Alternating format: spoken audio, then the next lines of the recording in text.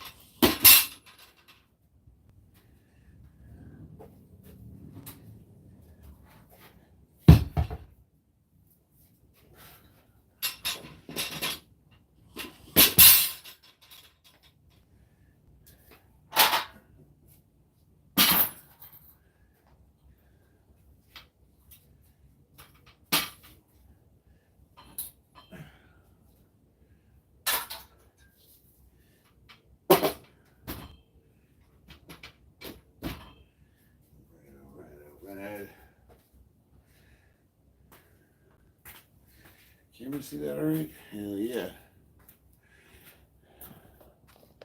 We're gonna do some deadlifting. Today I gotta go as heavy as I can. Almost. Mikey, what's up?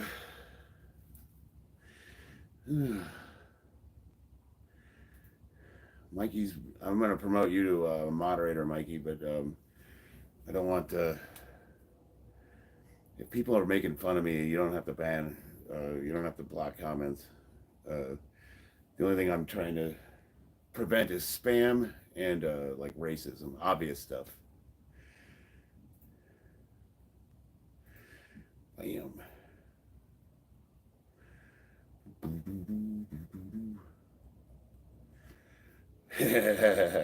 Yeah, we're gonna deadlifts make you feel alive. Yeah, I'm doing a new thing. It's hater of the month. So the best troll comments that I get, or the most annoying, I'm gonna highlight. What? Ian, you don't want to get into a competition on who's got the best physique, do you? I'm not a bodybuilder.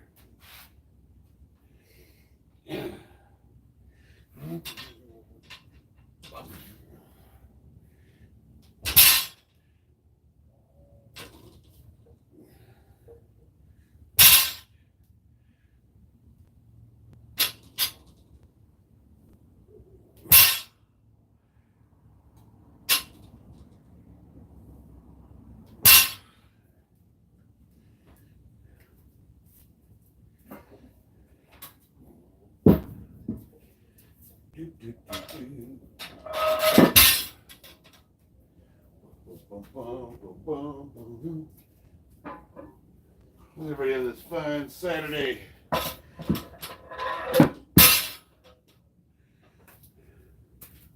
gonna try to take my wife out to dinner after deadlifting.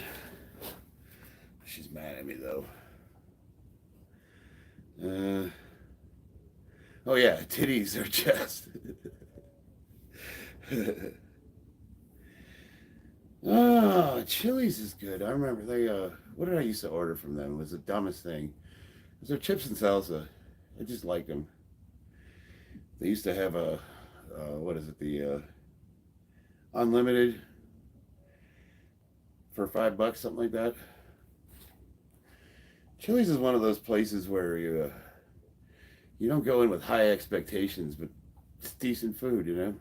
God, what's the other one? Chili's. God, what's the other one they always go to?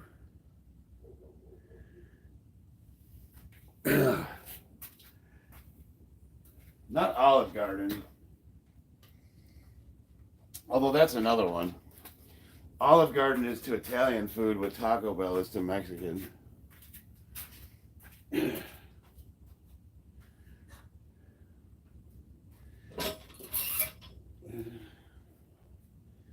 TGI Fridays? No. Listen, Applebee's. That's it. Applebee's. Applebee's is where you can always go, and your food's not quite as good as it looks on the menu, but it's also not super expensive. Freshly Wild. Uh-oh, what's wrong with the lower back? Salutations. I can't see what your name is, but what's up? What'd you do to your lower back?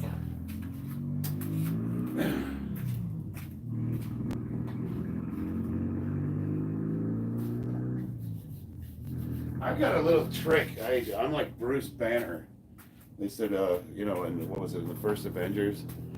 Like, what's your secret to being able to transform into a Hulk? And he says, I'm always angry.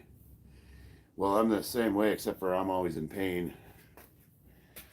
Like, I don't have to worry about my back being bad. It just hurts all the time anyways.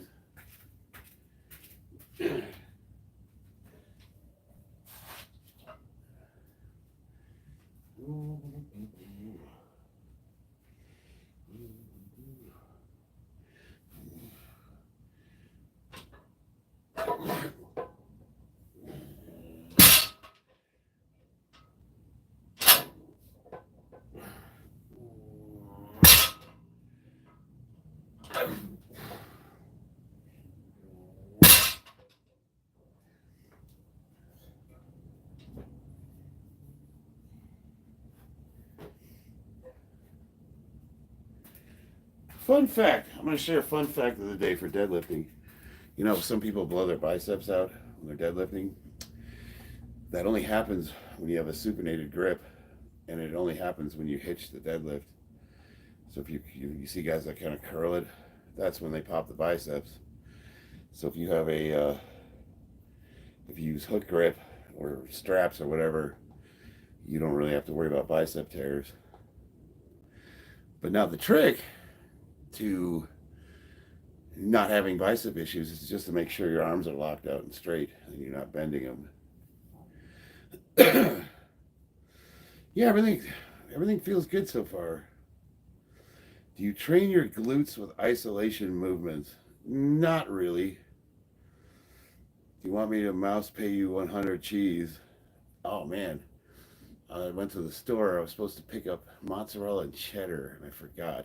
Thanks for reminding me. Thank you, Justin. Yeah, just make sure you keep your arms straight, and you will never have a problem. Well, there's no such thing as never with lifting. I mean, one day I went to the gym, and I got to showing off because I happened to be the strongest guy there, and I had 500 pounds on the squat bar, and I got a little crowd, and it was kind of cool. I was like, oh, this is fun. So me being the egomaniac that I am, I decided to max out bench and deadlift too, and I did all 3 lifts. Awesome. I was pumped up, energetic. Everyone was like, yeah, they were cheering me on. And then when I got in my car and drove home, I got out of my car and I noticed, man, my back's hurting. Probably overdid it.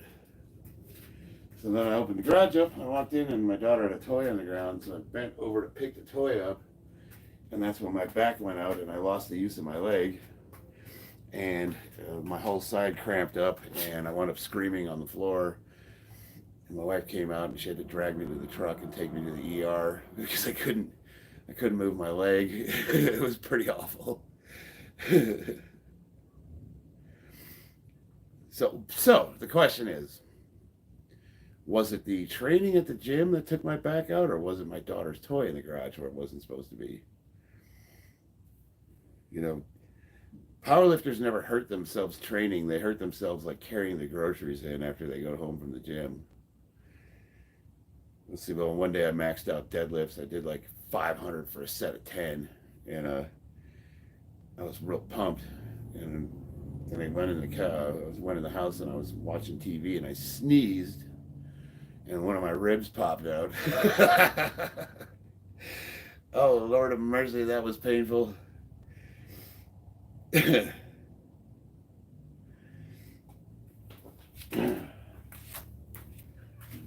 Now,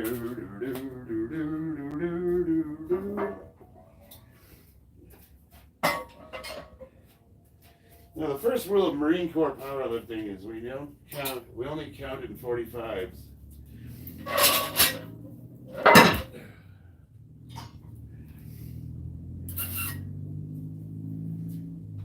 There's probably a mathematical warm-up I should be doing.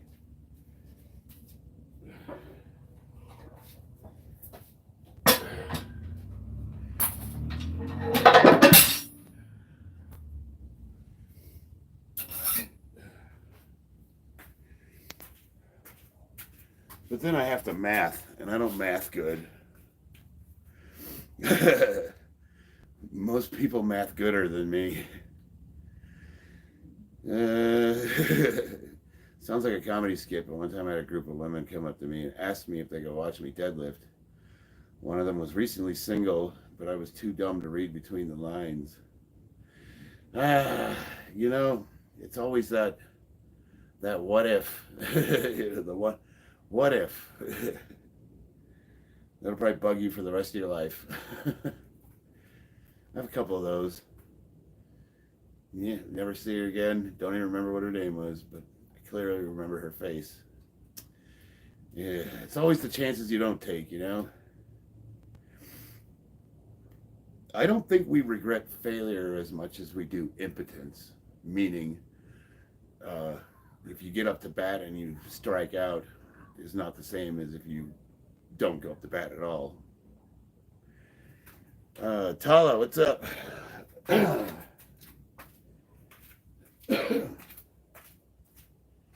know what? I need me a broom.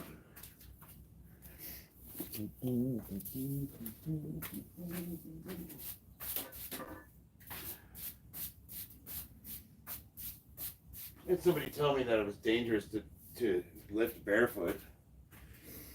And you know, I got, 600 pounds on the bar. And I said, well, what the hell are tennis shoes going to do for you? I'm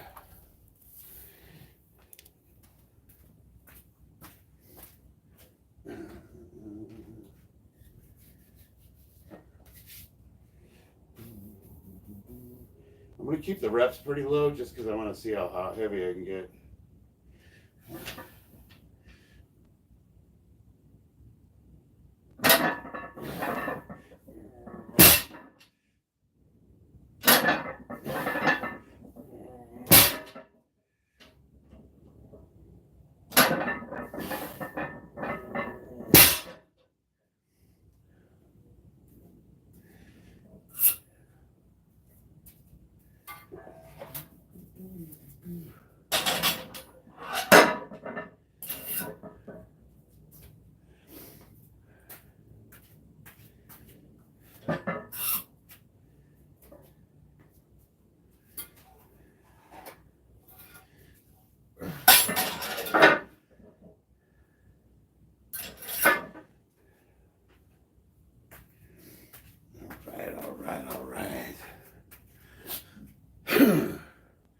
Kind of slow today. It's Saturday though. 5 o'clock in the afternoon. Most people are probably, hey baby, my wife's in the chat. Oh no, a fairy. Who are we talking about? What are we talking about here?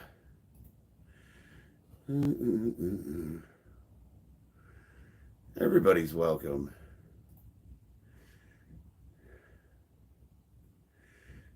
Tala, he's not gay, he's married, push on fairy. Oh, I see. Okay. I'm catching up with the comments here. Oh, you know what? I got to turn on live chat so I can see all the comments. There we go. The only problem is when I do that, it deletes all the old ones. All right.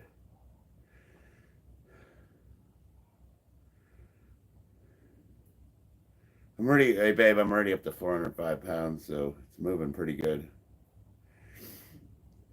Are you training deadlifts and your shoulders are pumped up? Oh, it's all lighting. Don't, it's just the lighting. It's all lies. Well, if you think about it though, When you're holding that much weight, it does tense your entire body. So, you are kind of flexing.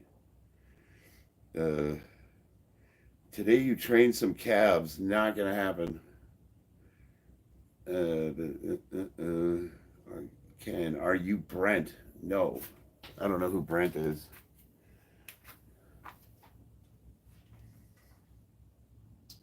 I don't I don't know what kind of description you guys get when you pop onto my live feed, but I am not a bodybuilder. I'm a powerlifter.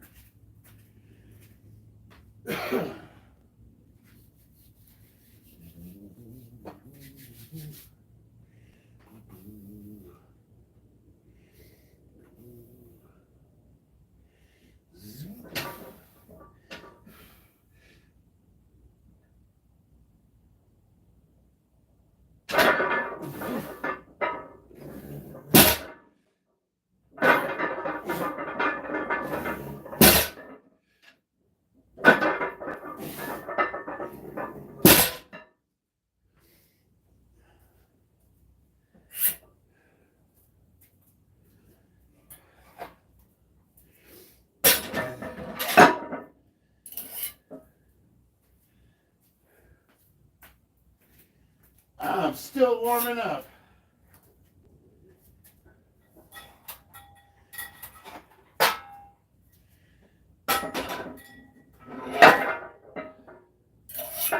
Although now we are starting to get a little heavy.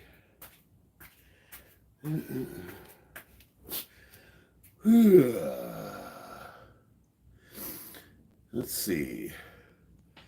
Eve the Freaky. Hello, everyone. My phone broke, and I'm using my old sister's phone. But I'd like to tell you that you finally hit 315 on bench press. Nice. I've subscribed and made a like, and also Instagram and Facebook. I wish you happiness always in your life. Thank you. I appreciate that. William, what's up, William? A marks. It's crazy that the weight hitting the floor shakes the camera. I must not have seen the comment, Justin. Maybe the strong calf helps with a stronger ankle and better squat performance. My calves are strong as hell. I don't know what you're talking about. I can squat the better part of 700 pounds, dude. What are you babbling about? Why would you think my calves weren't strong? Who trains calves on deadlift day? Thanks, William. Linda Cunningham. Sorry did not come out right. This is what real Marines are made of. Thanks, Linda. Appreciate that. Hey, Christina, how are you feeling? My wife is my managing moderator, and she just had hip surgery, so she's in the bedroom. How are you feeling? Better since the post at the hospital? Yeah, I'm taking some allergy pills, and I can breathe better. I couldn't breathe through my nose. I was completely stuffed up, like rock solid, and my eyes felt like they're popping out of my head, and it was awful. And it was like for a week straight. It was just terrible. I'm gonna go now. I wish you a good time. Thank you, Todd. Appreciate it. Got some more. I gotta go up. Getting prepared to compete on the 15th. So today's gonna. Let's see, how many weeks do I have left of training? I got today.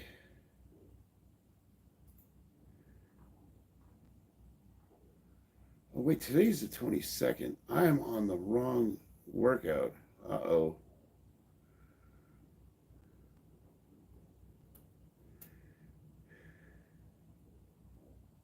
Oops. Well, we're going to go with it anyways. How much is that going to screw me up? Let's see, Tuesday I did that. Thursday I did that. Oh, man. I'm all messed up. I was on the wrong week. I'm doing the wrong workout.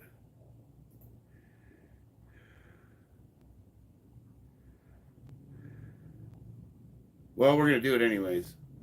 I'll just transpose this day with Saturday. So I'm supposed to do one set of squats, 530 pounds for 4 to 6 reps, and then a deadlift variation to 8 reps. But I was on the wrong week, and it had me doing deadlift 635 pounds for 1 to 4 reps. But I'm just going to stay with the workout because we have dinner plans, and I can shift one day. I'll just replace today with a squat day, and I'll do bench either tomorrow or Monday. See, week 6, week 5 is the last day is March 8th. So that puts me at 9, 10, 11, 12, 13, 14, 15. I could shift one day up.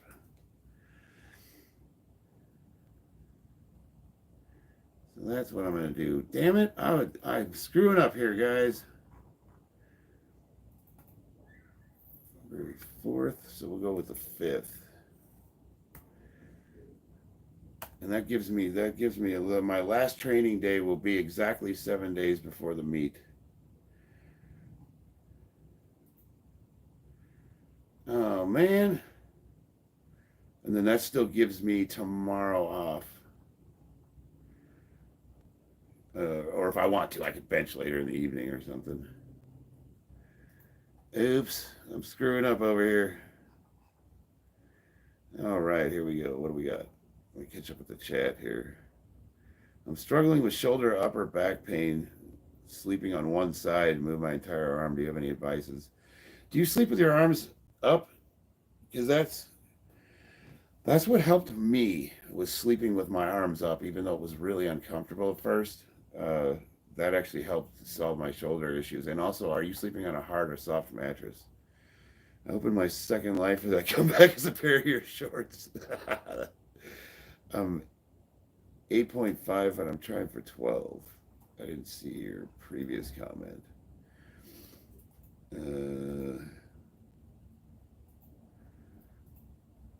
All right. See, my mods are doing their thing. My wife wants the 12, but all I got is the 8.5. I'm not sure what you're getting at here. Zyro's Garden, what's up? All right.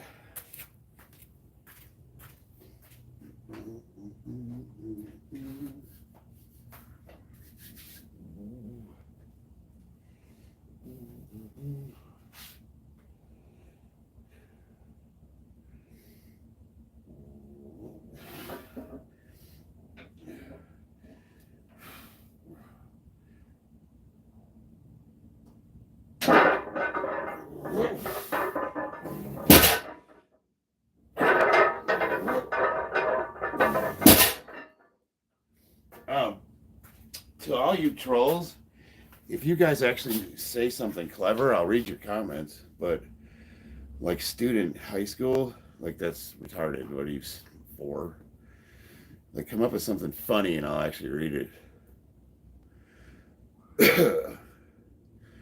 Bro, this is hilarious. Random people talking from 4 corners of the earth with no ramifications.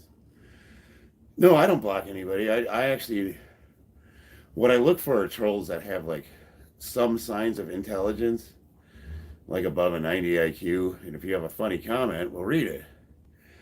So you could make fun of me or say something stupid to me at my expense. We'll have a laugh. But if your comments suck, it doesn't give me much to work with. And I'm going to call you out for being stupid. Have you ever used ammonia? Yeah, but I don't. I don't use ammonia. How much pull-ups can you do? All of them. Shiki, what's up, baby? Chris Thomas, like me. Let's see. Did you say anything? I hope in my second. No, yeah, yours was funny. Yeah, Chris's comment was funny. I'm at home with the kids and they're sleeping, so I'm just cycling through Facebook. Yeah, most of the people hit me up on the toilet. Bro, can you show me your arms? You can't see them in the camera? I'm just playing. Hope your channel works out. So far it's doing all right. For a lifting channels are kind of niche. Powerlifting, so you can't really. There's really not that many big lifting channels. There's a couple, but I'm actually getting more monthly views than like Elite FTS and some of the bigger channels, which baffles me, to be honest with you.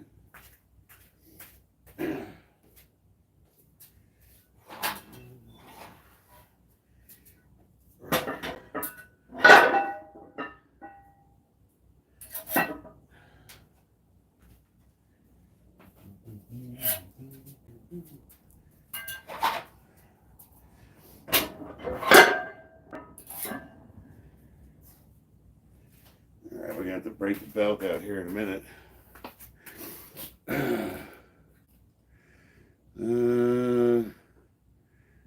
Deo Ebo Asian. Okay, I don't know what that means.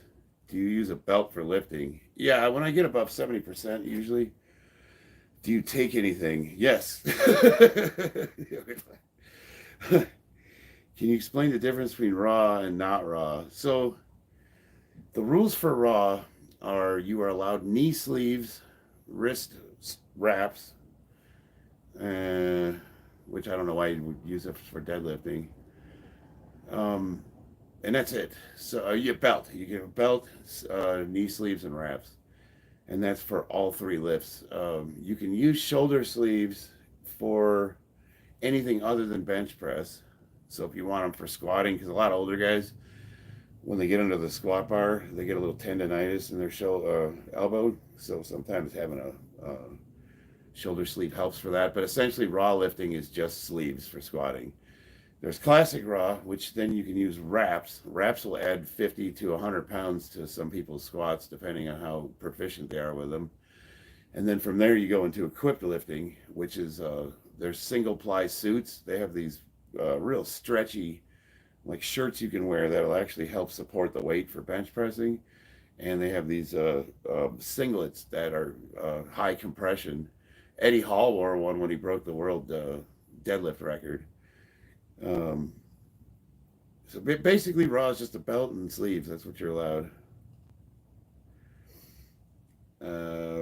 You're a world champion schlong lifter. You are towards the bottom of Max's shit list, and somehow I got the top spot. So has he gotten bored with me? That's the problem. Is every time somebody brings his name up, I go right back to the top of it. It's funny. It's like I would never even talk about those guys if nobody brought them up, but they just love me for some reason. You look like 20 to 30. I'm not years old. I look old as fuck. If someone would like to try a cycle, what would you recommend? I've never taken anything before. I would recommend going to a doctor and getting your blood work done. I never will ever recommend the use of PEDs to anybody. And that's not to say they don't have a place in sports. I think that they do wonders, especially for guys over the age of 40. But I would definitely start with,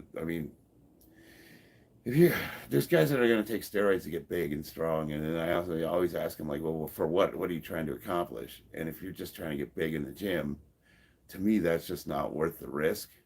If you tell me you're like, you're a competitive power lifter and you're going to break some state records or national or whatever, like, okay, that's a different conversation. Or if you're over the age of 40 and you're suffering from low testosterone, or you're recovering from a major injury, like you broke your back or, whatever. They could do a lot of good for a lot of people, but just for, let's say, recreational use, I would never recommend them, ever.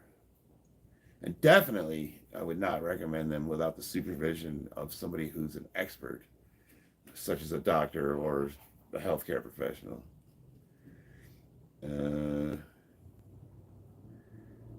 Let's see. Finally got my chilies. So you got it delivered to your house? Powerlifting plus sugar. Yeah, a lot of guys eat a ton of sugar right before their big lifts. it gives you the. I mean, you're gonna get a crash. I saw one guy, he was going to do a 600-pound deadlift, and he ate an entire sleeve of double stuffed Oreos. And I'm like, I wouldn't recommend that as a regular thing.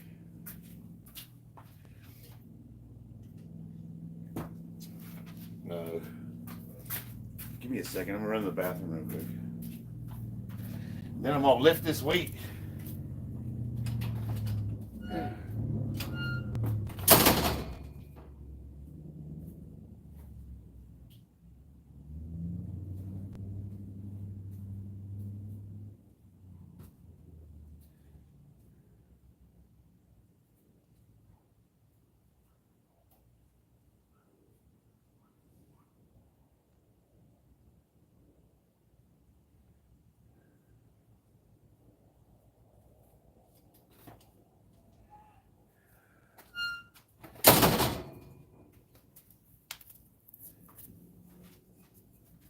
Well, I finally got 7,000 subscribers,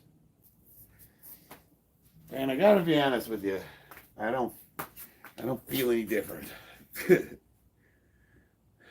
What are you looking for with your blood work? Well, they'll test you for everything. They'll test your testosterone levels. They'll test all of your hormone levels. They'll see if you have any deficiencies and that are natural that could be corrected. Like, I don't even know how old you are.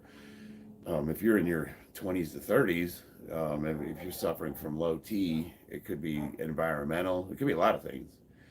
And then they'll, like if you go to the same company I go through, which is Helix HRT, they're kind of more meatheads. They're bodybuilders and powerlifters, and they'll put you on a regimen that suits whatever you're trying to accomplish. But it's all done through doctor supervision, and it's all legal. You know what I mean? S.J. Theran, what's up? And we've got Mevishwan. Would a 2-plate row be good at 16 years old? That's more than I usually row, JJ. I usually do what, sets of 10 with 225? No, I went to pick it up, but they were freaking busy. Yeah. Yeah, I'm not hating on you getting DoorDash. I mean, sometimes it's cool to have the food delivered, but it seems like, I mean, you noticed like lately that a lot of people aren't going out anymore. They just kind of stay home and have the food delivered to them, and it worries me a little bit about what we're turning into as a society. The gate sounds like an enter and a door in Silent Hill. Yeah, it's a cast iron gate, and I need to oil the hinges. Anyone with tips to calm down angry gallbladder? Gallbladder. If I'm not mistaken, that's a vestigial organ that has something to do with healthy gut bacteria. Correct, Christina. Correct me if I'm wrong on this one. I think fasting might help. Marks. If you did like I don't know if you've ever done a fast, but I would say like a 24 to 48 hour fast would probably go a long way to helping that. And you wouldn't have there's no downsides to it. There's nothing but health benefits from that. Do you think maybe one day you'll compete in Strongman? Yeah, I've been thinking about it. I've gone to a couple Strongman competitions, and it's a lot of the same people in the same circles. I don't know, man. I guess powerlifting's been so good to me. Plus, I know everybody in the organization. Where is my belt? Oh, there it is. Strongman looks like it'd be fun, though. The only thing is like some of the Strongman events are pretty crazy. I like that the Strongman, they don't know what they're going to be lifting until they compete. So there's just a general all-around strength training that you don't necessarily get if you're a power lifter, because we tend to specify, and a good percentage of what a lifter can lift is due to a honed technique. So things like a bench arch or stuff of that nature, where you're you're strong, but you're also gaming the system, the rules to lift a little more. Whereas in strongman, it is just raw strength. You're either strong or you're not, and they allow any advantage that you want. If you want a deadlift in a suit, you can do it. Whatever you want to use straps, you can use them. You just either pick the weight up or you don't. So to that point, I think strongman's pretty cool. I like how it's just raw and visceral. I have a good family history for leg and back strength, biceps and chest not too far behind. So you've got good all around genetics. On the bar right now is 545, I believe. I think I would do good for my age group for sure. Do your knees hurt? Yes. Do you take heroin daily? Sure, why not? I eat cheese daily. What's up, Kat? Yaml Young Millionaire. Show me how the deadlift is done. I was doing them last night in the garage, pretty much keeping my arms straight. And deadlifting with my back and hips going down with my knees. Yeah, I consider it like a two-part lift. It's a push and a pull at the same time. And I try to explode off the floor. Um, Generally speaking, if you start doing like speed deadlifts, the cool thing that cultivates is it irons out wrinkles in your forms where if you tend to be back heavy or you tend to push with your knees a little too much, by lifting faster, you'll overcome that synchronization issue. All right. Now you might say, well, how fast is 545 going to move? Find out.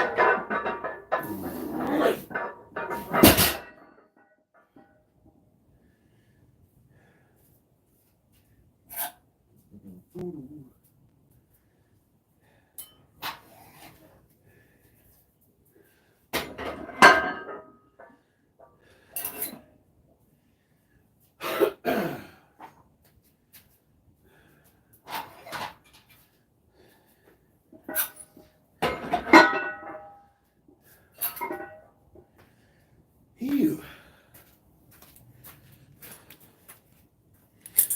It's starting to get a little heavy. Whew. The battleship in position. Who says I don't pull sumo stance, Ethan? I don't have any advantages with sumo over conventional, so there's... Sumo's too technical.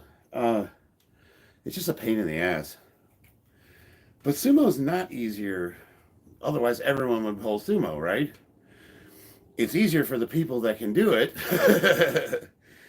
And it looks like it's cheating. But if it was cheating, think about it. You can make the argument that if you have really long arms, you have an advantage for conventional pulling. So a sumo lifter could look at you and go, well, that's cheating. You know what I mean? Like, you can make the same argument both ways. But I will agree that gaming the lifts inside of the rules, some sumo pullers are freaking ridiculous. They got their feet all the way out, and they have to lift straight up in a line, so it takes the lower back out of the lift, and they have like a 2-inch range of motion. So it's kind of like, okay, it looks silly, but it's a super technical position to put yourself and your body into, and they have to practice being able to shoot their quads up when they're lifting. And that's like, think about it like any lift you're going to do, take, like, if you're a normal bench presser, go really wide and just try a bench press at your max weight. Well, that's a good way to hurt yourself. Heavy enough to notice. And you'll see, like, it's super, super awkward. But you could theoretically train yourself to shoot your arms and then, kind of compartmentalize your arms and your chest separately to give yourself an advantage while shortening the range of motion. Same thing with squats. You've seen those guys that do like super wide squatting. Like, that's something like it's really, really hard for the average person to do. And so there's it's a very, very technical lift. I don't know. I just, the way I look at it is the rules are the rules. If you lift the weight inside of the rules, whatever advantage you can give yourself. It's just like that one, there was an actual midget and he did a like 4.5 times body weight squat, but the way his legs were built, he could put 405 pounds on his back and just pump them out like it was nothing. And you'd almost say, well, that's not fair. Like, look at the way he's built. But what's fair? I mean, God built us the way he built us. We take advantage of whatever advantages we have, and yeah. If you got it like that, you got it like that. What's the worst injury you ever had or seen happen? Seen happen? I don't really want to talk about that. We'll go with the worst injury I ever had was my back, when I got my back sliced open and I had to have 48 stitches.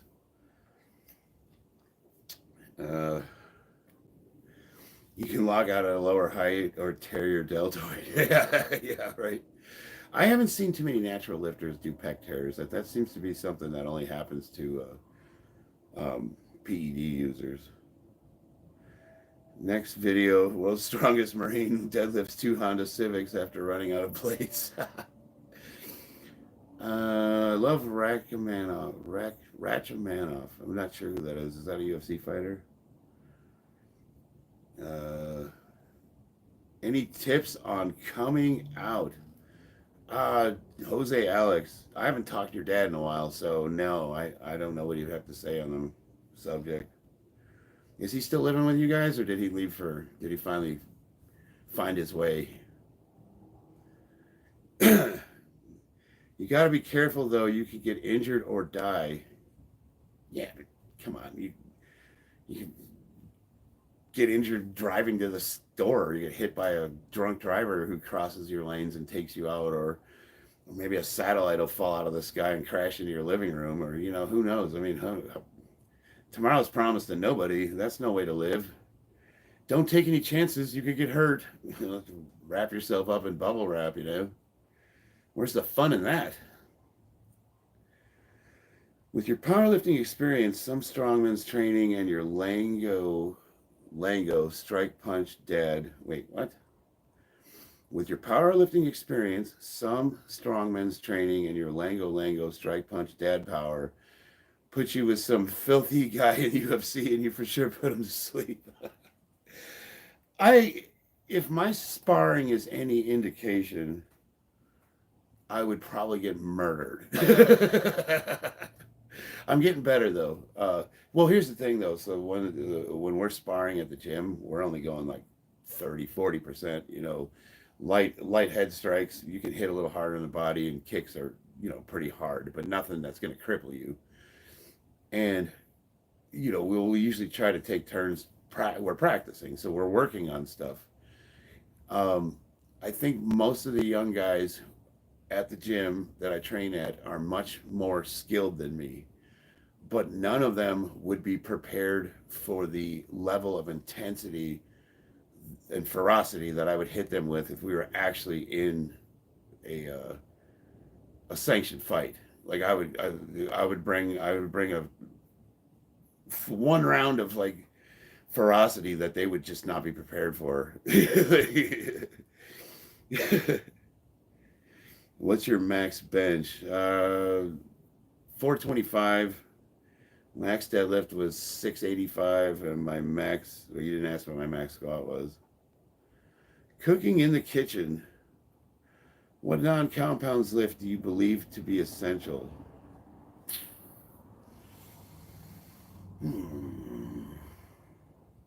That's a good one. Well, sissy squats, technically, yeah.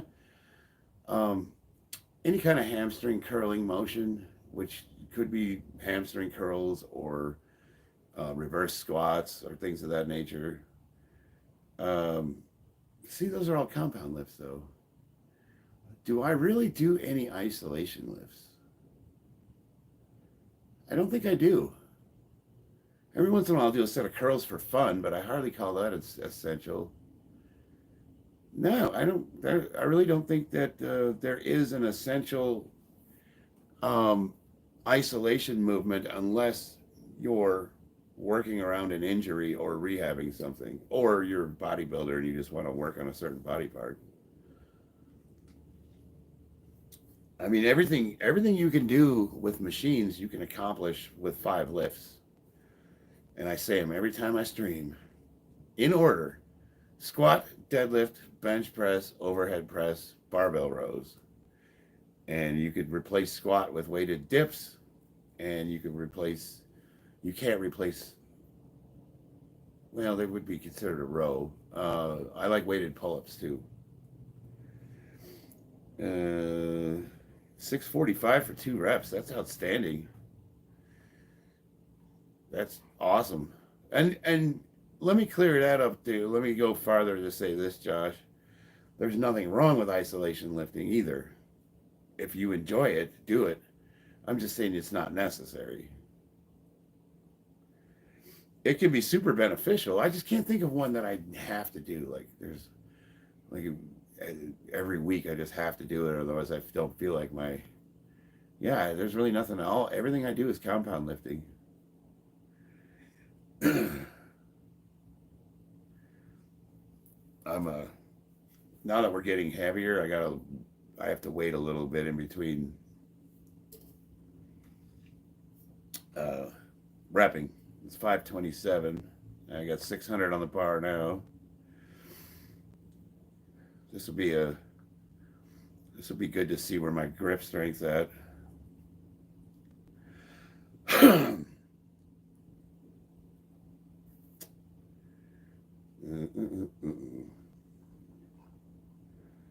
Oh, now that I don't have anything to do, the chat's stalling.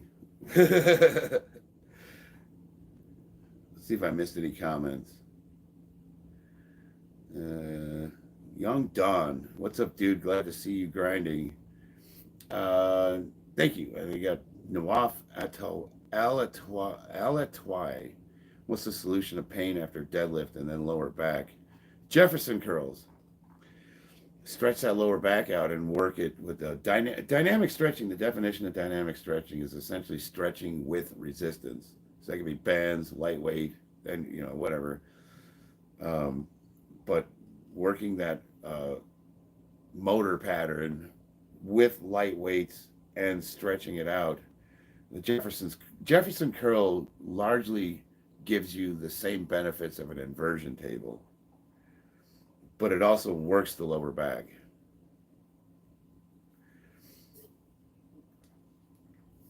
G.I. Joe. What's up, Zyro?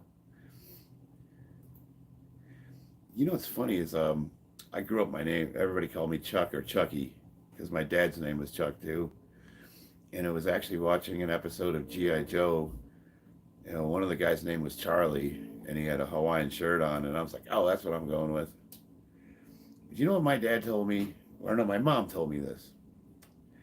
My mom said, I can't go by the name Charlie, and I asked her why, and she said, because Dad had a spider monkey before I was born, and his name was Charlie, and I guess he used to masturbate in the living room. She said it was the grossest little animal she'd ever seen in her life, and he had to get rid of it. So then I got to thinking, I'm like, so Dad's name is Charles, and he had a spider monkey named Charles, and he named me Charles. Like, what's really going on? Some weird shit, man. The handsome press, you may have not heard correctly. The one overhead lift that you made short on, can you explain it again? Yeah. Tell me this. I've been going to the gym 3 years and I'm barely seeing my body tone. I want to be natural, but I don't want to get buff. I'm only 5'3", 145 pound suggestions. Let me see if I'm understanding you properly. You've been going to the gym for 3 years and you're barely seeing any body tone. You want to be natural, but you don't want to get buff. What does that mean? Let's define that first of all. Like what are you trying to accomplish? Because basically what I read is you think that the only way to get buff is to use PEDs, or maybe I'm reading into that. Maybe the spider monkey and me could compete for world champion. I just joined the stream and I hear you talking about a monkey choking the chicken. I'm not even joking, Bluebeard. That is a true story. And and imagine telling that to your son, who's probably 10 years old at the time. That's just information I could have lived without for my entire life. Stopping in to drop that like, hey Maggie, how you doing? The MT, yes. Um, well, if you've been training for 3 years, what does your program look like? Like what kind of progression are you following? Yeah, Bluebeard's right on time. Okay, so Kat, you wanted me to go over the Hansen press again.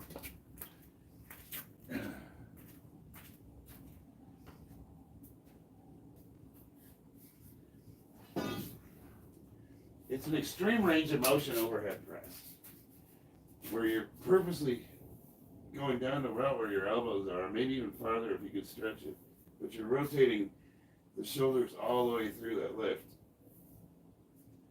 Now, a lot of people say this looks dangerous, and it would be if you're not used to it and you just put a bunch of weight on the bar. But this is how I rehabbed my shoulder when I blew it out from bench pressing. If you look at it from the side, pay real close attention to what my delts are doing. And my hands. Watch the rotation through. So I'm bending the wrist back and I'm rotating right in here. See what the shoulders are doing? And then as I come through, the entire delt rotates with it. So not only are you working your entire shoulder and you're stretching it out to make it more resilient, as it turns out, by putting resistance on that movement, it also works outstanding for hypertrophy. So that's how you can get nice, big, round boulder shoulders. You might say, well, what else do you do for shoulders? Besides regular overhead pressing and bench pressing? Nothing.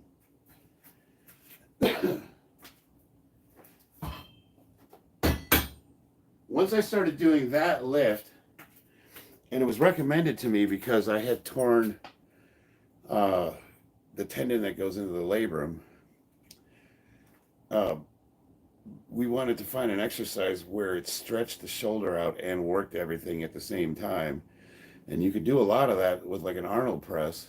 But what we like about the barbell is it also forces the rest of the arm through the range of motion too.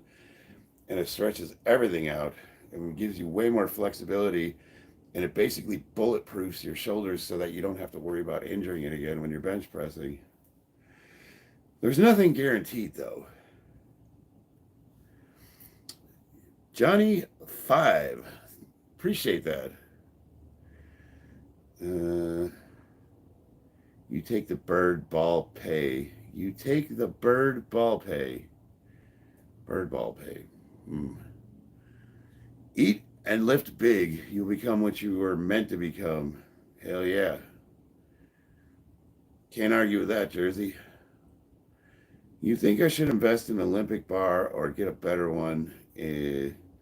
1-inch diameter standard bar. I ask because most of my plates are 1-inch diameter. Well, with the price of weights these days, I would say just get a good 1-inch bar to start out with, because you can always upgrade to a 2-inch bar later.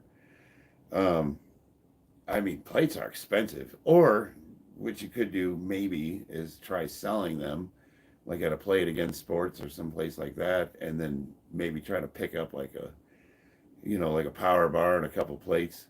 But if you already have a bunch of 1-inch plates, just work with that, dude. Like, you think about the thickness of this bar.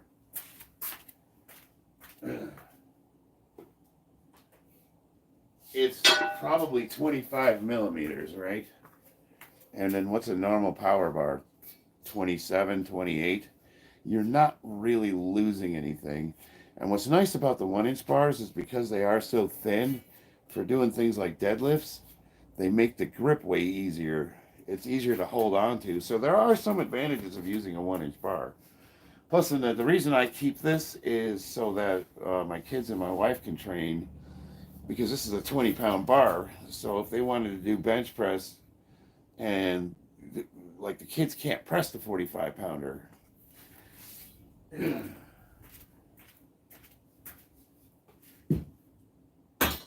Like, they're already starting out at their max, you know what I mean?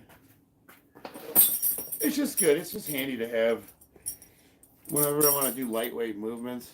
I just like it. It's just another tool. Jack Farrow, are you natural? Hell no. 45-minute workout enough for massive gains. I can get everything I need done in 25 minutes. I dropped a weight during the off season before football, got a mallet finger, and had to heal, and then only threw for 59% in that season. Ouch. Thank you for your input. You're welcome. Hopefully that helped. I don't know. I'm the kind of guy that's like, I lift with whatever I got. You know, most of this set's podged together from estate sales and offer up. The only thing I spent money on was the barbells. Like, that's an actual Texas deadlift bar, and I got a Titan power bar, and I bought the Camer bar and the football bar. Like, and weights are weight. 45 pounds is 45 pounds. Aspartame infused. They make 25-pound bars for kids too. Yeah, those are good to have. They're surprisingly expensive. All right.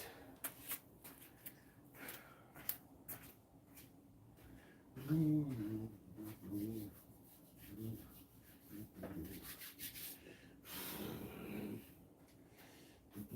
on, baby.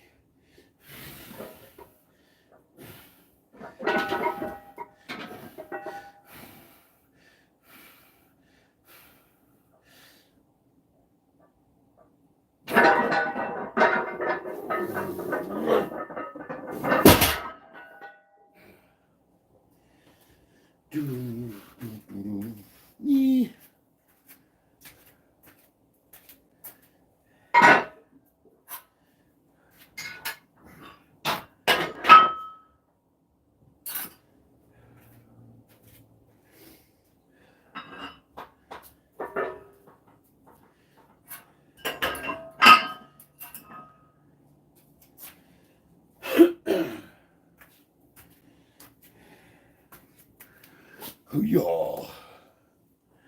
Mikey, what's up? 600 moved well. It's me, Ryan. What's up, brother? What's a good bench for 5 months of being in the gym weighing 155? I always tell people to shoot for, like, I can't say, dude. There's guys I know that go to the gym and they can but without training a week, bench 315. Big old boys. And then there's guys like me who couldn't even bench 135 pounds. So it's hard to say. There's just guys that are naturally strong. But what I always say, for most beginners, you should shoot for 2 times body weight for squat and deadlift, and 1.5 times body weight for bench press. If you get those numbers, you could say you're legitimately strong. And that's not really a perfect formula, but Bob's in the house. How much weight do you put on that bar? It's a lot of weight. How much can I put on it? Supposedly 1,500 pounds, although I don't have that much. The heaviest I've gone up to on that bar is 720. How do you come off a plateau on bench and squat? I always take 2 steps forward, 1 step back. So if I hit a plateau, that's your 2 steps forward, 1 step back. So I drop those numbers down and I start a new training block based off of those numbers. So if let's say I hit a 650-pound squat in competition, I'm going to adjust my numbers when I go into training for, like, say 625, and then I'm going to do a conditioning block, which is high rep, moderate weight, based on those numbers. So 50% 1 rep max, 625 is going to, it's going to be 320, 315 pounds. So like I'm doing sets of 50. You do like a conditioning block where it's high rep, moderate weight, and then I go into a regular training block, which is like your Wendler 531 or whatever program you're running. And then we go into a peaking block, which is low rep, high weight, and you're basically greasing the groove and getting ready for competition. But you hit that plateau, back off a little, wrap it up, work on those rep ranges, essentially. 15,000 pounds. How much is that in kilograms? I don't know. Look it up. You're on a phone. You get the wealth of human information in the palm of your hand sitting on a toilet. What are you asking me to do your math for? What the fuck, man? I can't feel the squeeze at the top of the bench. Any tips to improve the mind-muscle connection? Can't feel the squeeze at the top of the bench. Yeah. So when you're locked out, you're holding the bar as hard as you can. Push your arms inwards. Push them in, like on the bar. Like physically push your arms in. You can actually do that through the whole range. When I hurt my shoulder, that's actually how one of the cues that I used to make sure I had good stability was to grab the bar as hard as I could, crush the bar, and push my arms inwards at the same time I'm pressing. 1,500 pounds equals to 681 kilograms. Yeah, well, and that's what this says the bar's rated for. I've never seen, nobody. I mean, when Eddie Hall, or who was it, when they broke the deadlift record, they used that elephant bar that was like 9 feet long. It might have been longer. It might have been like a 12-foot bar. It was crazy, some crazy amount. We're Asian, use kilogram. No, I get it. We compete in kilograms. Like, I should know. I'm technically, there's no 220-pound weight class. It's 100 kilogram. Do you get many people try and flex on you? No, weird places. Never in a gym, never in a powerlifting competition, but it's either usually online in the comments section, which is weird because I can't see you, or if I'm like walking in the mall with my family, get some guy that, you ever seen a guy that's walking straight towards you and you just know he's not going to move out of the way? And you're like, oh God. I have this little trick I love to do, and it gets him every fucking time. Try this. You're going to love it. So, you're walking to each other. You're playing chicken. Who's going to move? Who's going to yield? I walk right up to him, and I stop. And I stare at him like this. And for a second, he's confused. I'm just standing there, not going forward, not moving out of the way. And they always angrily walk around me, and then I'll laugh and go, and that just fucking makes them, every time they lose their shit. I didn't do anything wrong. I didn't force my way. I'm entitled to my spot. What are you going to do? Push me out of the way? I'm just standing there. They don't know how, it doesn't compute. It like fries their brain every time. It's awesome. You didn't do anything threatening. You didn't shove them out of the way. You're just standing there, staring at them like an idiot. It's a non-aggressive way to win a game of chicken. It works every time. I fucking love it. You should do arm wrestling. Hell no. The cool thing about powerlifting is it's me against the weights. I don't have another gorilla yanking on my arm trying to rip it out of my socket and beat me to death with it. You know what I mean? Like I don't need to touch anyone else. It's just me and the weights. We're good. I don't need to arm wrestle. I don't need to arm wrestle. Maybe power slap. Ugh. The silent walk battle is hilarious. I'm definitely using that method. You've got to try it. It's hilarious. It's awesome because they always look confused. There's a second there where they're like, "Should I be mad? Like, did I win? I don't." But make sure when they're walking around you, kind of chuckle at the end. Go, just do that. It's just they're mad, but they don't have a reason to be. You didn't do anything. They're just upset. Any tip on growing calves? I don't know. Get implants.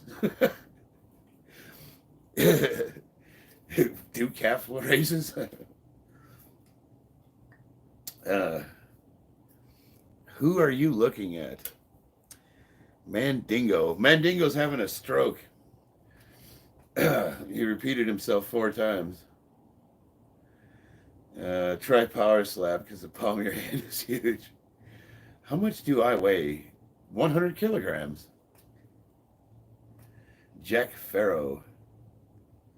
So if anybody knows Mandingo, do a wellness check on him. I think he's having a stroke. He fell asleep on his keyboard, and it's just control Ving his responses.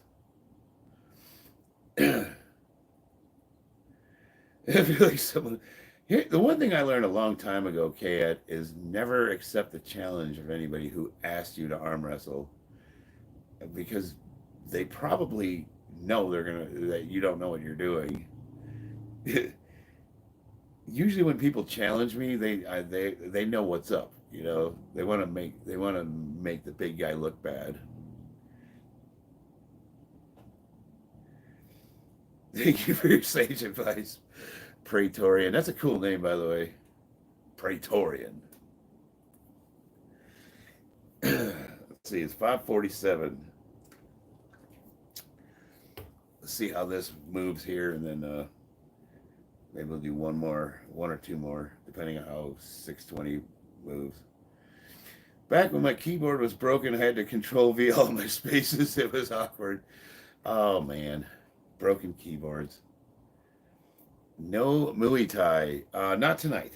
No. I want to take my lovely wife out to dinner.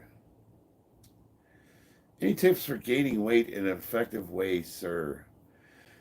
Ryan, it's one of those things second, or like the law of thermodynamics.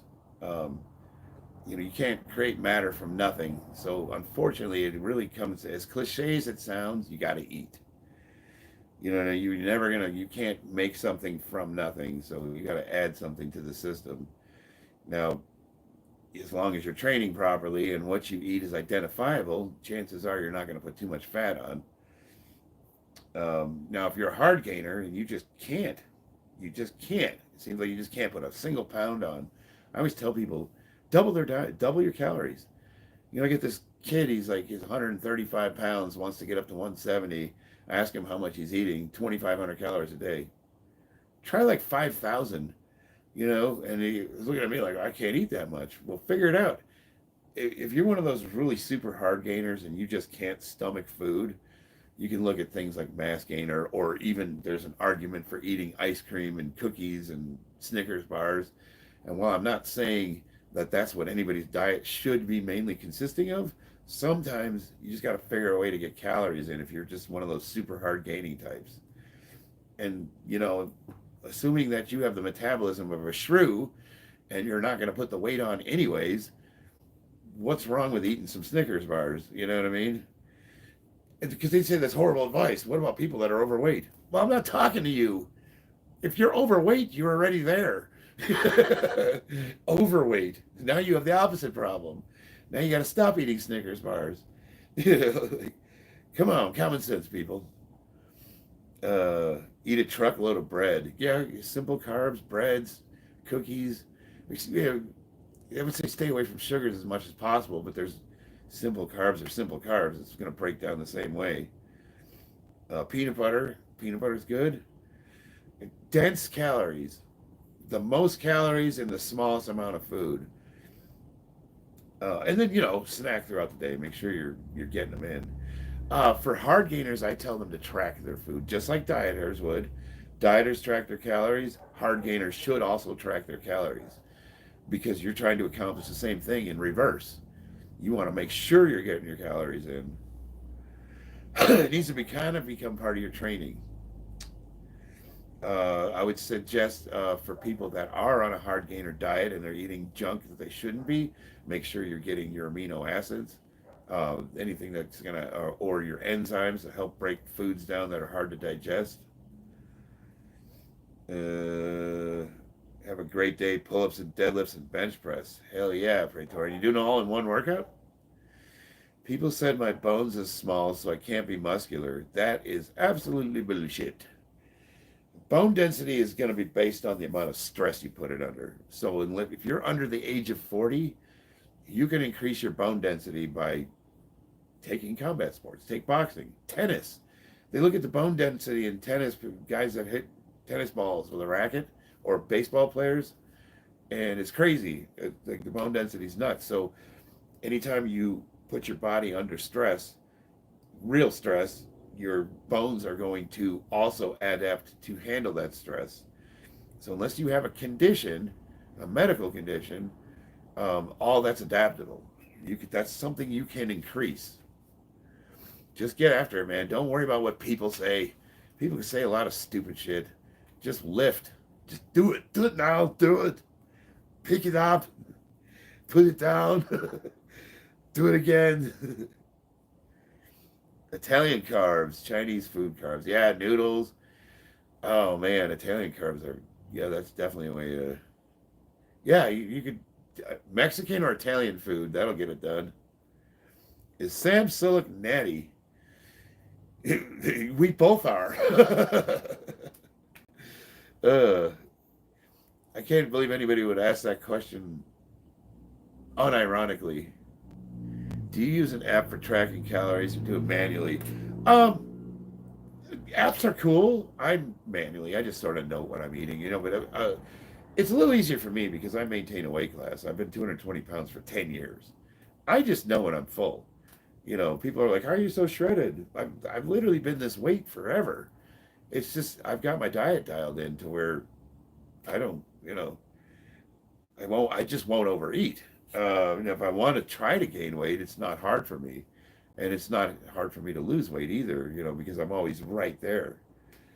And if I come into competition 20 pounds over, I'll do an insane water cut, which is not the healthiest thing in the world to do, but it gets the trick done.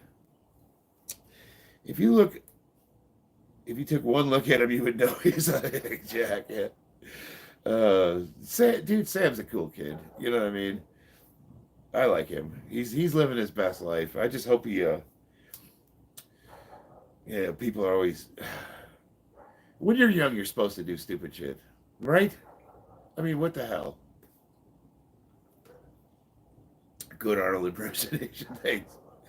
I'm stuck at 285. 285 is heavy. You're stuck at 285? Are you trying to go up? Oh, I'm sorry. I'm misinterpreting you, Mikey. So you're stuck at 285. You're trying to lose weight. I'm like, dude, that's heavy as fuck. It's helping me lift a lot of weight, but I look fat and strong. I'm like the bro that has to explain that I actually do lift. So if you lost, like, say, 20 pounds, you would look like a strongman competitor, probably. That's tough, though. This is what I tell people. It's like people want to know, like, what their equilibrium is. It's like, how do I know how many calories I need to survive? You're already there. If you're not gaining 20 pounds a week, you're probably eating maintenance calories right now. The average person eats what they need to maintain the weight class that they're at right this minute. Now, you might be overeating a little bit and trending up slowly, or you might be dieting and trending down slowly. But roughly speaking, we already know where we are, what we need to be to maintain where we're at right now. So, how do you get that information? Easy. It's simple, not easy. Simple. You write down everything you eat for a week. Everything. Wake up in the middle of the night and eat a pint of Haagen-Dazs, write it down. You snack on a couple eggs at, 10 o'clock, write it down. What'd you have for breakfast? Write it down. Everything. People are like, oh, I only eat like one meal a day. And bullshit. You're snacking. Somewhere you're getting calories. And people are shocked when they actually write down everything they eat. And they're like, oh man, I'm actually eating a lot of food. Yeah. So, but we don't care about that. We don't care if you're overeating or undereating. We just want information. So you write it down, honestly as possible. The only one you're lying to is yourself. Nobody needs to see the list. Once you have good, accurate information and you can kind of get an average of what you're consuming every day, and there's guys that eat junk food every day, well, write it down. There's still an equilibrium in there. Your body's telling you at a certain point to stop eating, otherwise we'd all be gaining weight.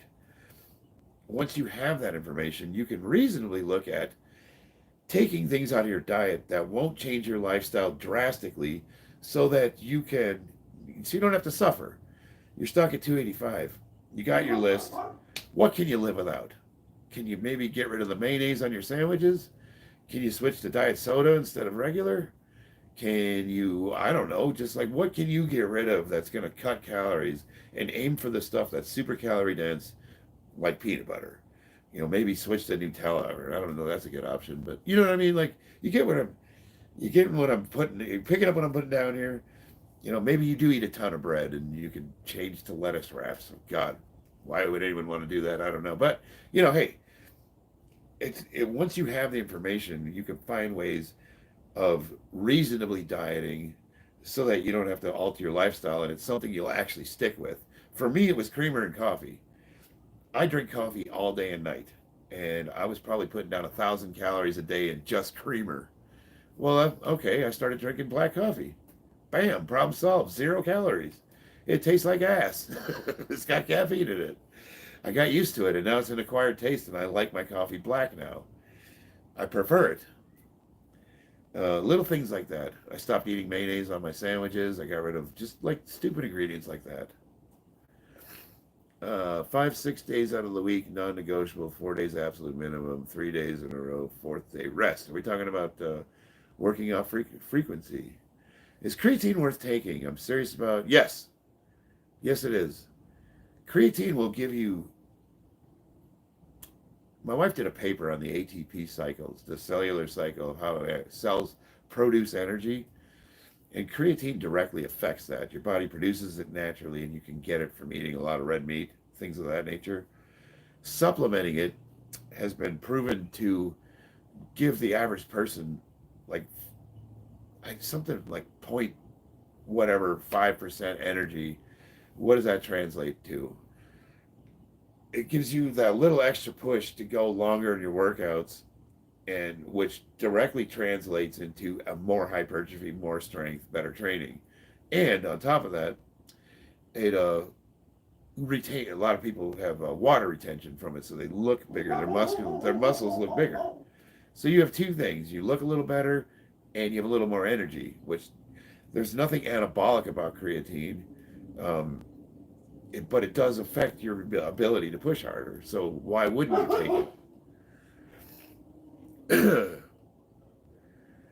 I can eat 3 meals plus muffin bites and beef jerky. God, I love muffin bites. See, but they go down so easy, right? Before you know it, how many of the muffin bites have you eaten?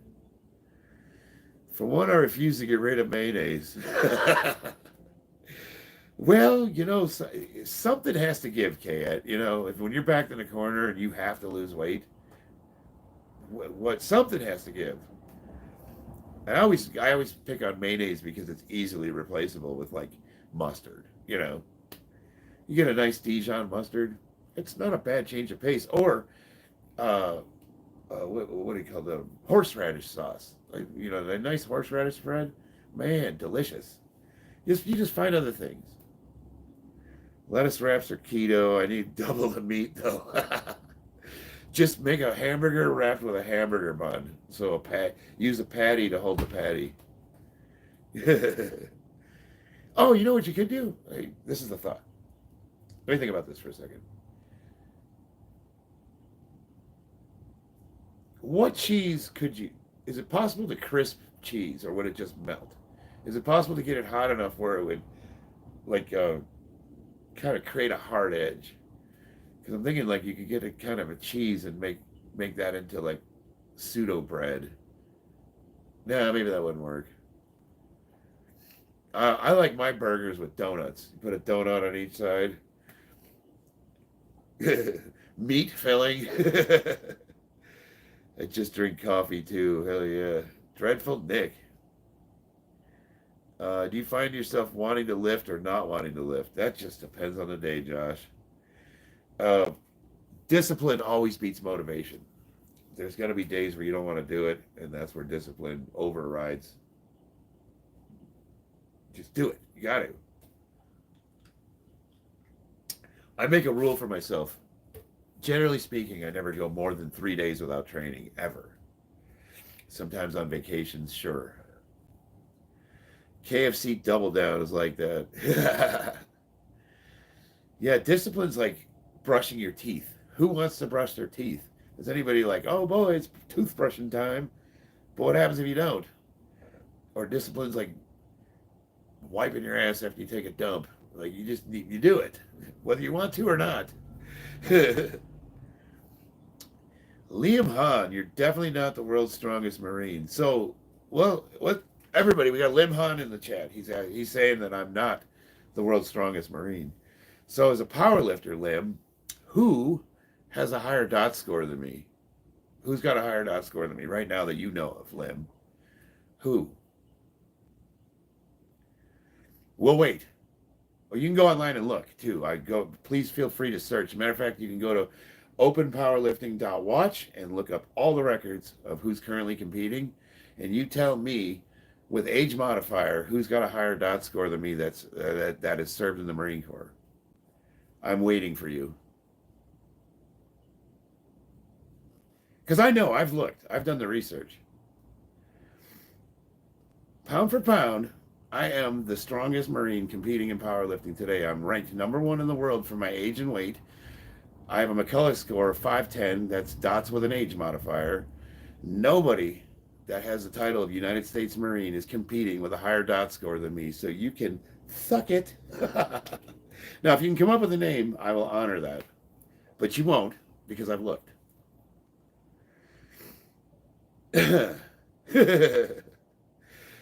Lim Han, come on now. You don't know what you're talking about. And people are saying, what about strength? Like oh, there's that one Marine, he could deadlift 720 pounds and you didn't. I'm like, well, yeah, he also weighs 260 pounds. I'm 220. And I think what I do, 5 pounds less than him. And his total was way under mine. He can't bench what I can, and he can't squat anywhere near what I can. So he's got one of the 3 lifts that's higher than mine. Sorry, doesn't count. Plus, with his age and weight, my score is way higher than his.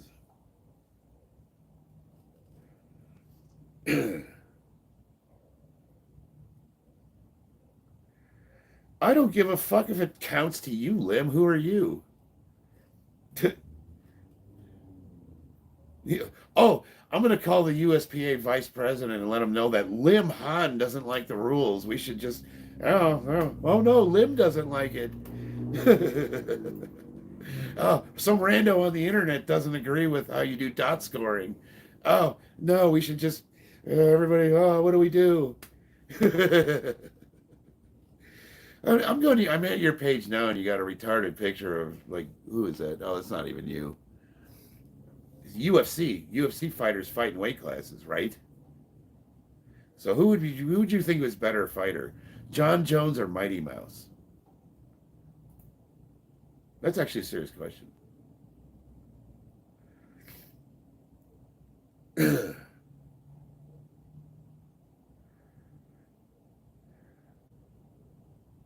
Demetrius Johnson was the pound for pound #1. I agree. So, you already agree with me then, dumbass.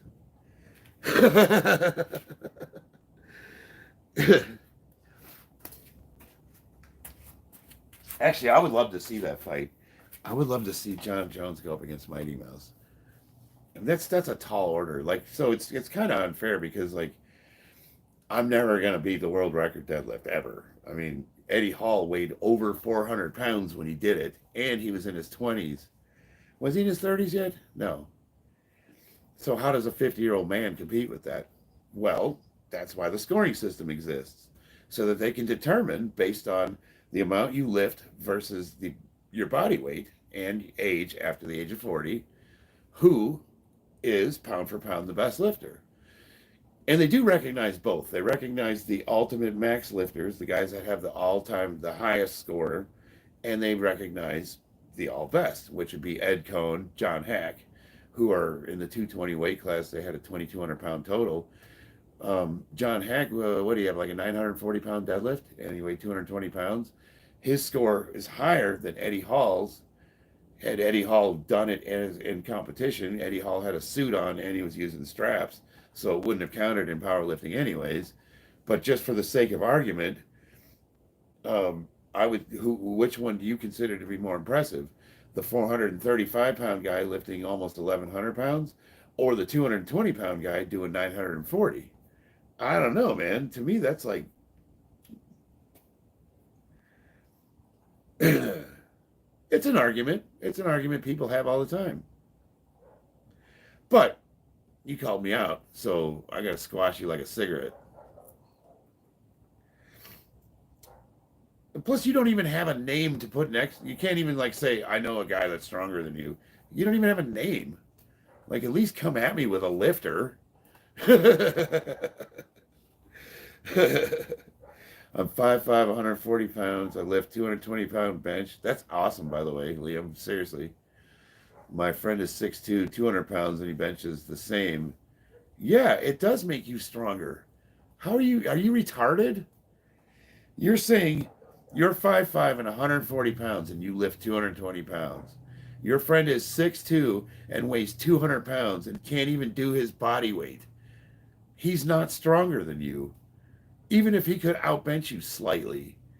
To me, that's pathetic. And if you understood anything about human physiology, which you clearly don't, you would know that that science was settled a long time ago. It's not like they just came up with these rules. There's mathematical formulas, they're algorithmic, that go into the scoring system. Like, okay. You're basically saying I'm right because I just don't like it. Okay, that's your argument. Okay, cool, dude.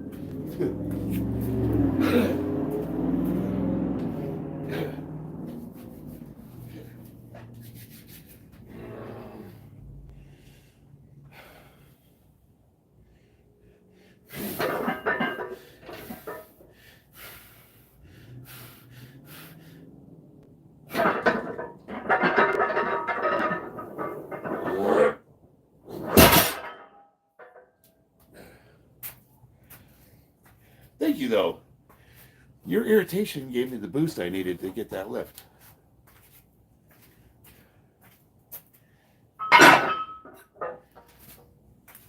Bob, how did that move? What would you say? That was RPE 7?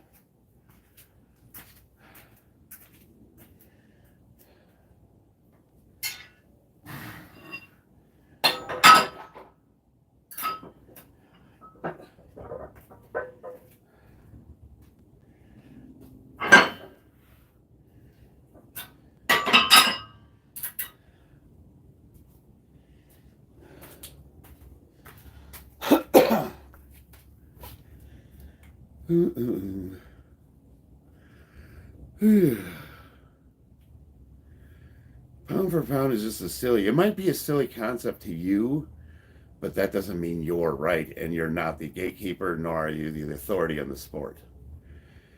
I mean, bench arch is stupid, but it's in the rules. There's a lot of things you might not agree with, but that doesn't mean your opinion has any validity, especially when it's going against popular parlance or what's in common. You know what I mean? Like some random guy coming on the internet saying, "It doesn't count because I don't like it." Cool, dude. Duly noted. 7.5-ish. That's kind of what it felt like.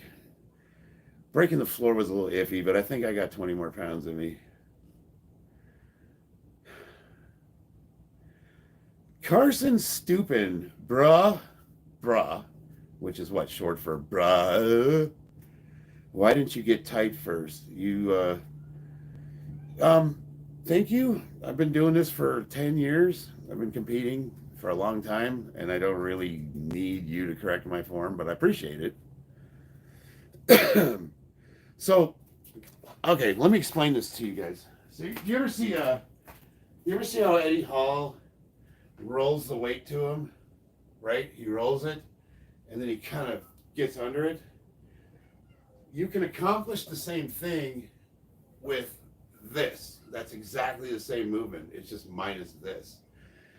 But the reason why he has to roll the weight is because he was wearing a squat suit, and it was so tight that he couldn't get down on the lift, so he had to bend over to hold it this way.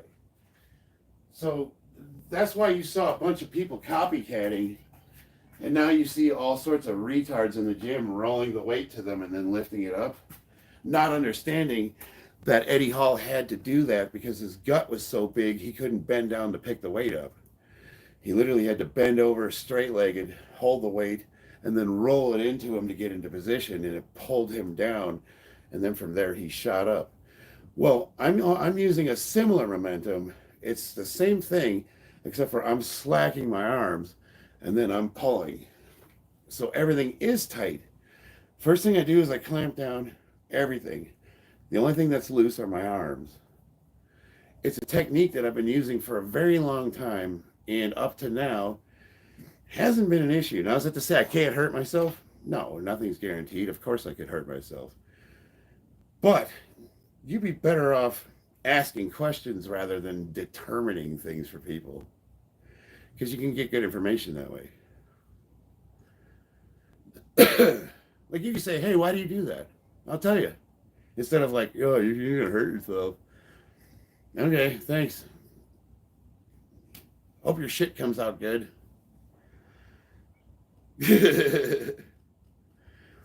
My godfather is about your age and is also jacked as hell. Hell yeah. Oh, you know what? I used to look at the old guy at the gym and be like, damn, man. And now I am that guy. Fuck. I was looking around the gym the other day and I'm looking like, shit, I'm the old gorilla in the corner. That's me now. When did that happen? Jack Black is gay. Wow, I didn't see that one. What? Is he really? Actually, that kind of makes sense if you think about it. What happened to the Jack Black from Brutal Legend? Remember that video game? Ozzy Osbourne? Badass video game. I had it on the Xbox 360. That Jack Black was cool. I don't know who this douchebag is. Some whiny liberal libtard with Trump derangement syndrome. Try the deadlift after no steroids for a month. I did. I did it all the way up to the... here's the funny thing. I always tell people, because I went on PEDs at the age of 46.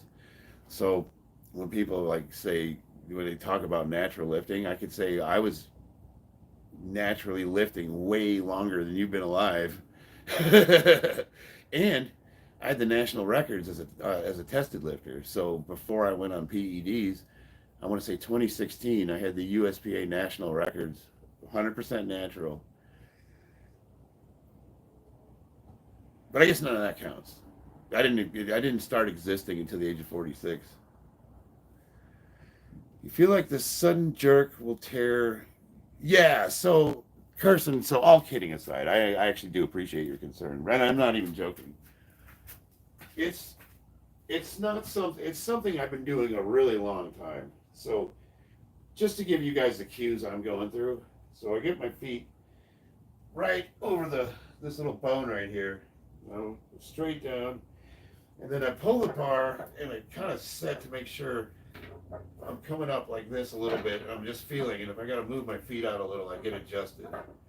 And then from there, I'm kind of seeing where is it I want to pull. Do I want to pull here or do I want to pull here? Right about here. So then I get set, and my knees are kind of tracking outwards. And right before I pull, I tighten everything down all the way through. And then I kind of, boom, fire up like a cannon. Now, at lighter weights, it looks like I'm throwing the weight up. So 135 pounds, I just pop up with it. The heavier weights obviously doesn't move that fast. But yeah, as soon as that slack comes out, and you also have to remember this bar has a little slack in it. See how I can move it? About an inch. So that also acts like a little bit of a shock absorber. I wouldn't do that on a power bar. So if I knew, like, say if I was competing in the USAPL and they had an Ohio power bars or competition bar, I wouldn't use that. I would actually I'd tighten up underneath, and I would actually pull the slack out, and then boom from there. We actually use a kabuki bar, which actually has a little more whip than a Texas deadlift bar, believe it or not. And you can use that whip. If you hit it right, the weights will kind of bounce up a little, sort of like you're kipping a pull-up. And you can ride that to lockout, and that can give you an extra 20 pounds on your deadlift if you know how to manipulate the wave. Does that make sense? That's really technical, though. And chances are you're never going to have access to a kabuki bar at like a commercial gym. You might, but if you do, they're really cool. They're interesting bars. You ever clean? Yes, I do. I don't do it when I'm getting ready for competition. I narrow my lifts down to just the 3 and just, some accessories like dead rows and things of that nature. Tim Dillon's gay too. Well, everybody's gay all of a sudden. I don't know. I guess that's your thing. Hulk Hogan shot horse steroids in his legs. I don't. That doesn't surprise me at all. It must be nice to have 50 years to get good at something. Every day's a blessing, Springe. Tomorrow's promised a new one. You're still here, Ian. Okay, it's 6:17. This is going to have to be my last one.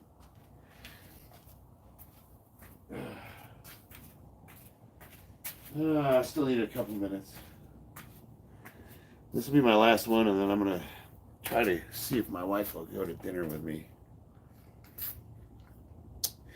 Thanks for explaining. No, and I'm Carson.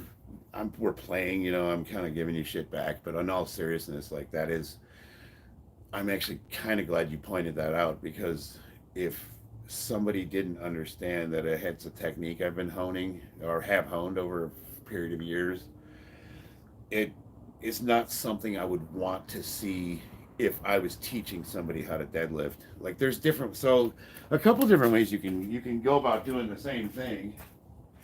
I've seen guys do it this way, where they'll pull the slack out, and you ever see them like lift their butt in the air? Well, what they're doing is they're getting ready to come down and kind of force their way up that way. And we saw the roll method, boom, and then you see my method, which is a little bit of a yank. I would say of the 3, mine probably has the highest potential for injury, for sure. Kabuki bars are nice. I think they're like $600 though, and you can get a Texas deadlift bar for like 400, that's what that one is. And Texas deadlift bars are really good. The USPA was competing with them, but I think they have a deal, some sort of a partnership with Kabuki Strength now, so that's why they're using their bars. I actually like the Texas bar a little bit better. The whip of the bar is a little more predictable. Like I've seen the Kabuki bar screw sumo lifters, because the whip screws them up. It pulls them forward, and it screws their lifts up. So a lot of guys that pull sumo, if they've entered a USPA competition and they've never used a Kabuki bar, there's a good potential it's going to screw their lift up.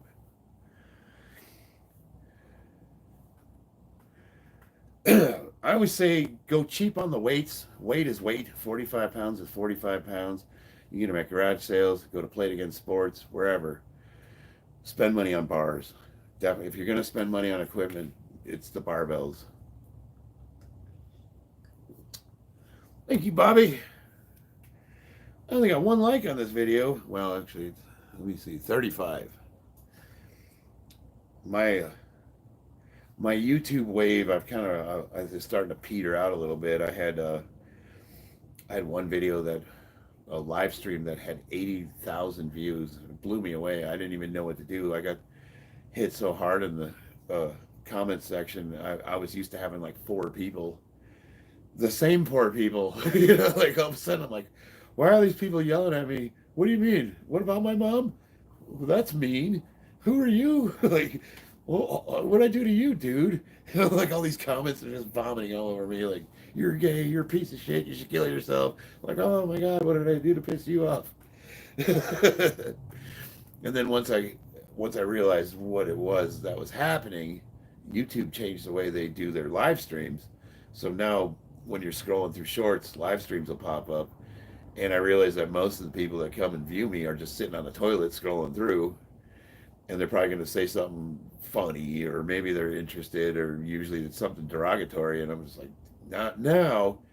Now that I understand what it is, we can have fun with it. So what I try to do is I try to go back and forth a little bit with the trolls when they pop on. Bob, what's up? Yes, I remember you, Bob. If I'm not doing for night shift, I usually try to hop on and participate. Yeah. Oh, you know what?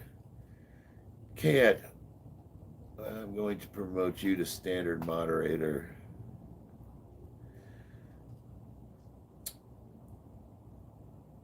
Dude, you're small, Beezy. Hell yeah, yeah. That's why we're training, baby. How big do you want to be, though? Like you got to think like every 10 pounds is like 100 pounds of pressure on the knees, and once you get over the age of 50, dude, carrying around a lot of weight sucks. Like the heaviest I got was 240, and it was rough, dude. Man, my knees hurt all the time. So like when I'm right under that 220 mark, I'm not in too much discomfort. I'm still mobile enough where I can participate in my kids' sports and do the things I like to do. If I wasn't powerlifting, I'd probably try to get down to like 190. Ronnie Coleman, hell yeah. Well, if I was a competitive bodybuilder, yeah, maybe. But no, we'll just stay where we're at. This is perfect. Perfect weight. Easy to maintain. Don't have to try too hard.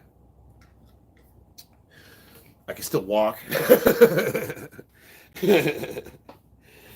If you wasn't on steroids, you wouldn't be half size you are. Why do you say that, James? I was 220 pounds as a natural. See, here's the interesting thing. Oh, everybody. So James is saying that I wouldn't be as big as I am if I was natty. But on my channel, you can literally go back to my first videos where I was a natural lifter, and you could see my size and how much weight I was lifting. You can literally do that right now. You can go on my channel, go to I would say the first 6 months maybe. I was 100% natural, and I still had a 1,500 pound total, and I still weighed 220 pounds. So you're kind of full of shit and retarded. You're a dumbass, dude. So James is saying I wouldn't have the strength or the mental strength, even though at the age of 45, James, I was the national record holder in the USPA for the 220 weight class natural.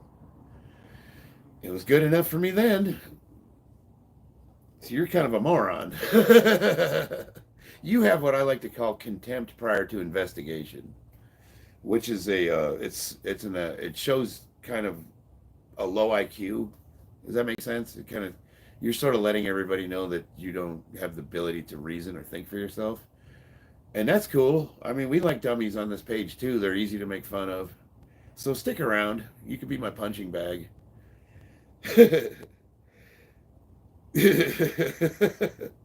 So James, you sound like the kind of guy that probably went on a bunch of drugs before you actually trained to a natural physique, right?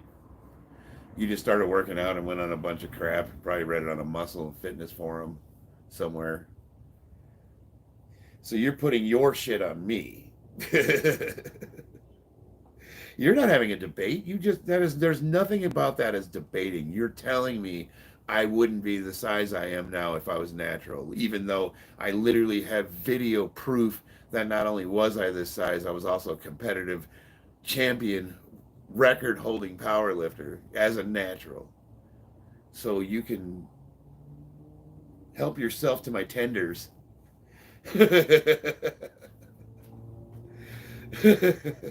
Oh, you're stating facts, huh?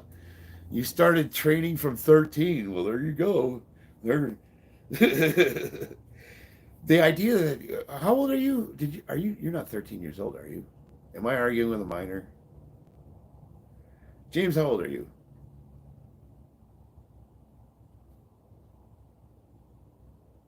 35?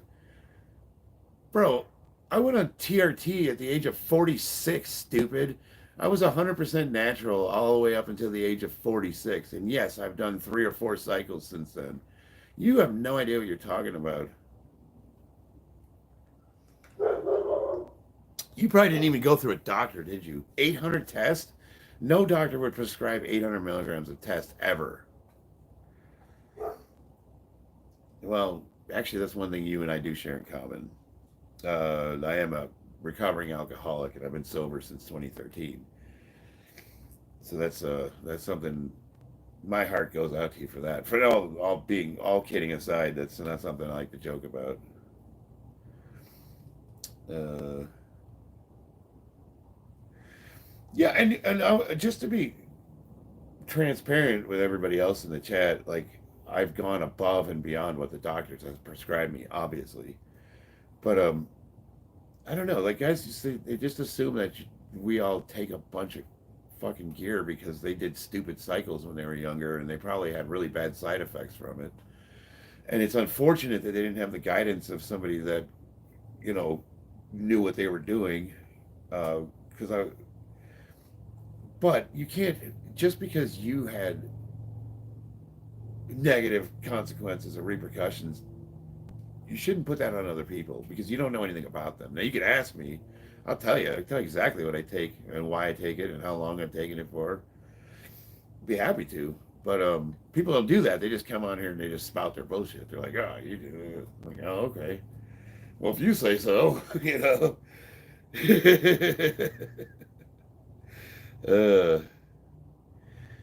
uh, no, I don't use Dianabol. I use what's called DHB. It's actually really good. I like it a lot. Before that, I was using Masterode. On top as a test as a base. When I was doing competition prep, I'd usually hop on Anadrol. I did that 3 times. Grow testosterone, take TRT, or eat animal-based diet with fruit daily. That's there's a lot of ways you can improve your testosterone naturally, but at a certain age, some guys just they'll lose it. Like I was training every day. I was training and eating clean, and I still had low testosterone. So it's kind of one of those age things where some guys can go well into their 60s, 100% natty. Great, awesome. Some guys they start declining at the age of 35. What's the difference? I don't know. It could be a lot of things. You can't take anecdotal evidence and make broad statements with it. You know what I mean? Does that make sense? Just because it happened, like we always have that one uncle that smoked and drank every day for his entire life and lived to be 100 years old. That doesn't mean you will. He's an outlier. He's what we would call a special case. Flaming 99. Oh, that's a cool name. Are you a Marine? Thank you for your service. Yes, I am, Jack. Uh, Relax, James. He was abused. He needs to get it out. I like that. Avansky won. See, that's funny. That's good. That's a good comment. Test yourself daily. Tread harder and never give up. Yeah, I remember you, Flaming. Hell yeah. How could you forget somebody with that name? All right, boys. On the tea in China. This is it. And then I gotta go. I'm gonna run to the bathroom real quick.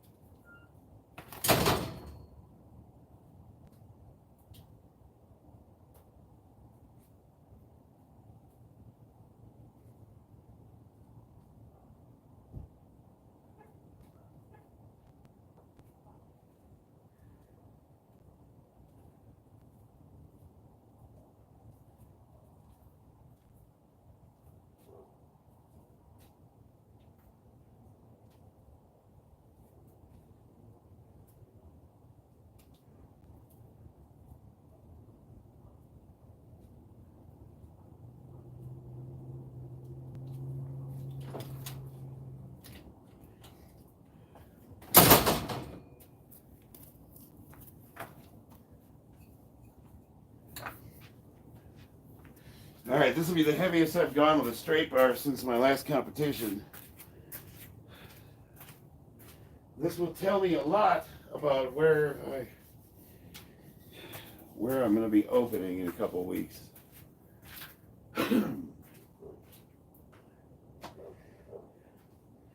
What's cool is like I always lift more in competition than I do in my garage. Like way more. I don't know if it's because you're amped up because everybody's there cheering, or you know, I don't know what it is. All right.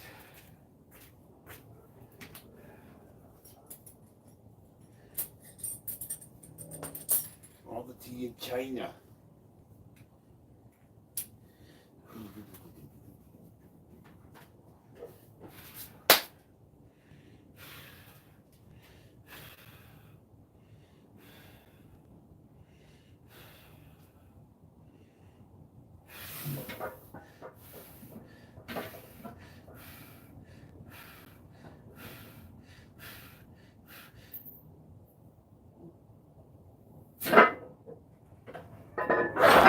Shit. Ooh. Nope, not today. So what did I get? 620. I got I get 630?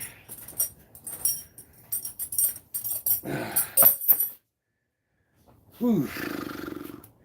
Wow, it didn't even come up off the ground. That's a bummer. All right. That's not bad. So I at least got my opener, 610. That went up really easy. I think I could have had it. Maybe if I would have. Should I try it? Should I attempt it again? It's really one. I'll go one more time.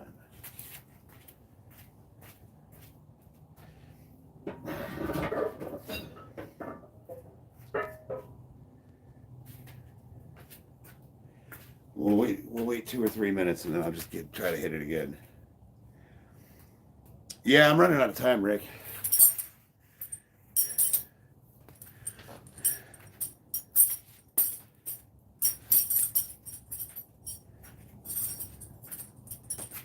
It didn't even come off the ground. That really bothers me.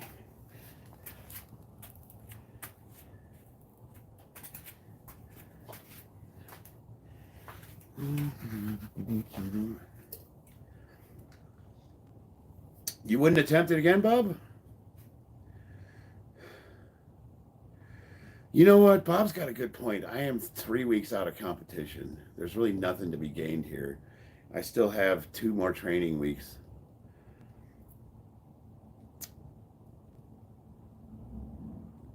Yeah, so I'm gonna pass. I got 630, so we're good. Yeah, I'm competing and I've got 2 more weeks of training. And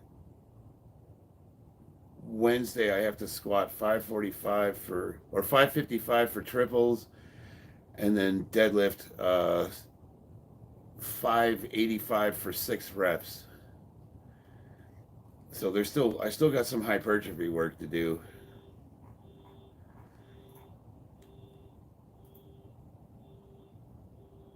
Yeah.